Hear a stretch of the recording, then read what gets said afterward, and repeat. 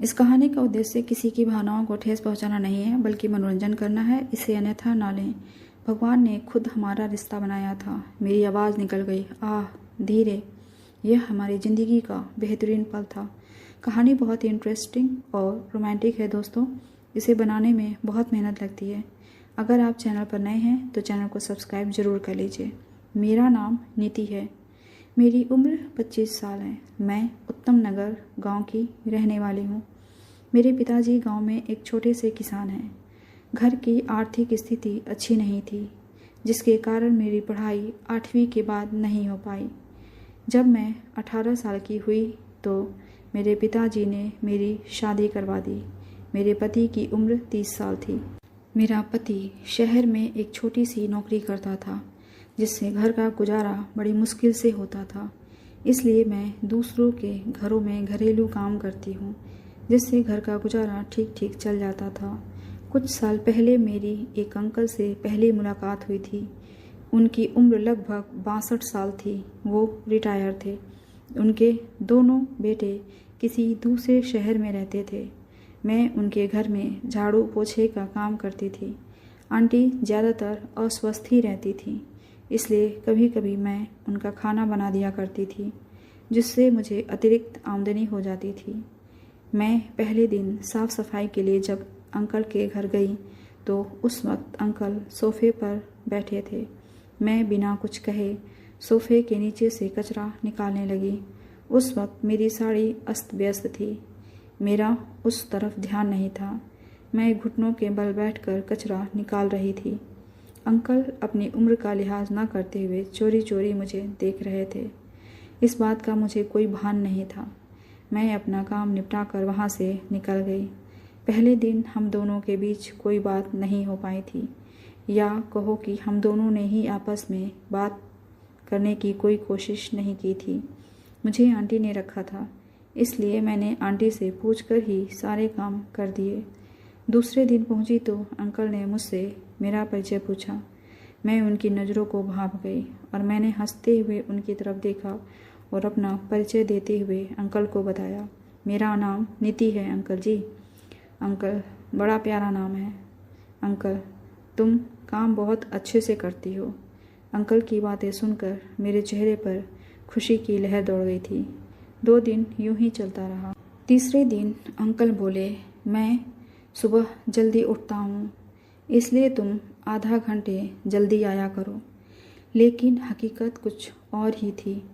एक दिन अंकल ने पूछा, और कितने घरों में काम करती है? मैंने कहा, 2 और घरों में।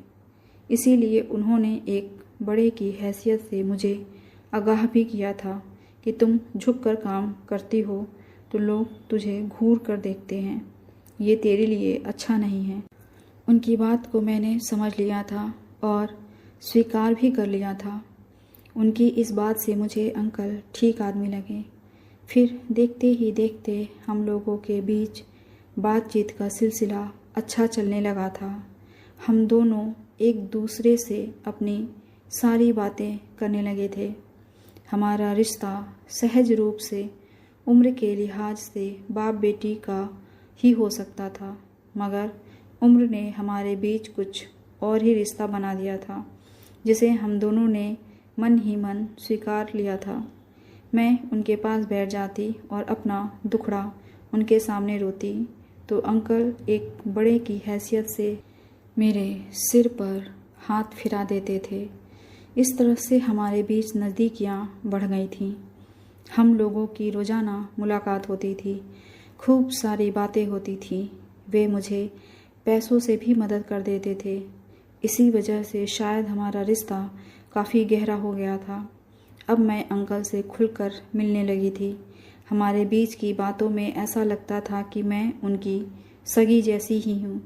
कभी कभी अंकल मुझे अपने पैरों में तेल लगाने के लिए कह देते थे तो मैं उनकी मालिश कर देती थी। मैं भी समझती थी अंकल की भावनाओं को, मगर मैं सब कुछ देखकर अनदेखा कर देती थी। फिर एक दिन अंकल ने मुझे नई साड़ी दी और दूसरे दिन उसी साड़ी को पहनकर आने को कहा, जिसे मैंने खुशी खुशी स्वीकार कर लिया था। और साड़ी पहनकर उनके घर आ गई थी। उस दिन मैंने उनके चरण स्पर्श किए थे। उन्होंने मेरे सिर पर हाथ रखकर आशीर्वाद भी दिया था। उन्होंने मुझे अपने पैरों से उठाकर अपने गले से लगा लिया था। मुझे भी उनके गले से लगकर बहुत सुखद लग रहा था। अंकल ने उसी समय अपना एक हाथ मेरी पीठ पर रख दिया। मेरी आवाज़ निकल गई, आह धीरे से। यह हमारी ज़िंदगी का बेहतरीन पल था जिसे हम दोनों कभी नहीं भूल पाए थे। उसके बाद दूसरे दिन हम दोनों मेरे घर में मिले थे। हम दोनों उस वक्त किचन में थे और मेरा बेटा हॉल में मोबाइल पर गेम खेल रहा था। थोड़ी देर बाद उन्होंने सिर दर्द होने की शिकायत की थी। मैंने अपने दोनों हाथों से उनका सिर दबाया था। मैं हर एक पल एंजॉय कर रही थी। मैं आज खुद नहीं चाहती थी कि हमारी मुलाकात ऐसे ही ख़त्म हो जाए। मुझे भी उनकी हरकतें अच्छी लगी थी, फिर भी मैंने नाराज़गी जताया। वे कुछ नहीं बोले। मैंने दोबारा सवाल किया, क्या आपको अच्छा लगा? उस पर उन्होंने जवाब दिया था, अगर तुम्हें अच्छा लगा है तो अच्छा, नहीं तो बुरा। उस पर मैंने जो जवाब दिया था उससे वो भी चकित हो गए थे। तभी मेरा बेटा ट्यूशन के लिए निकल गया। वो अपने दोस्त के साथ एक मैडम से पढ़ता था और उसे 4 घंटे लग जाते थे, क्योंकि दोनों दोस्त ट्यूशन के बाद बाहर ही खेलने लगते थे। उसके जाते ही मैंने भीतर से दरवाज़ा बंद कर दिया था। मैं जाकर सोफे पर बैठ गई। अंकल भी आकर बैठ गए। मैंने अंकल से सवाल किया, आप यह क्या कर रहे हो? अंकल बात बात पर नाराज़ हो जाते थे। मैं अंकल से बहुत कुछ चाहती थी, इसलिए मैंने उनसे सवाल किया। अंकल बोले, मैं तो अभी भी राज़ी हूँ, तुम अपनी सुविधा देख लो। मैंने कहा ओके। मैंने कहा आप कल 12 बजे के बाद आ जाना। उस समय तक मेरे सारे काम खत्म हो जाते हैं। पति और बच्चे सब घर से बाहर निकल जाते थे। दूसरे दिन वह मेरे घर आए तो मैंने उन्हें बिठाया और उनसे बात करने लगी। फिर थोड़ी देर बाद अंकल खुश हो गए। अंकल हर तरह से मेरी मदद करते, किसी चीज़ की कमी मुझे नहीं होने देते।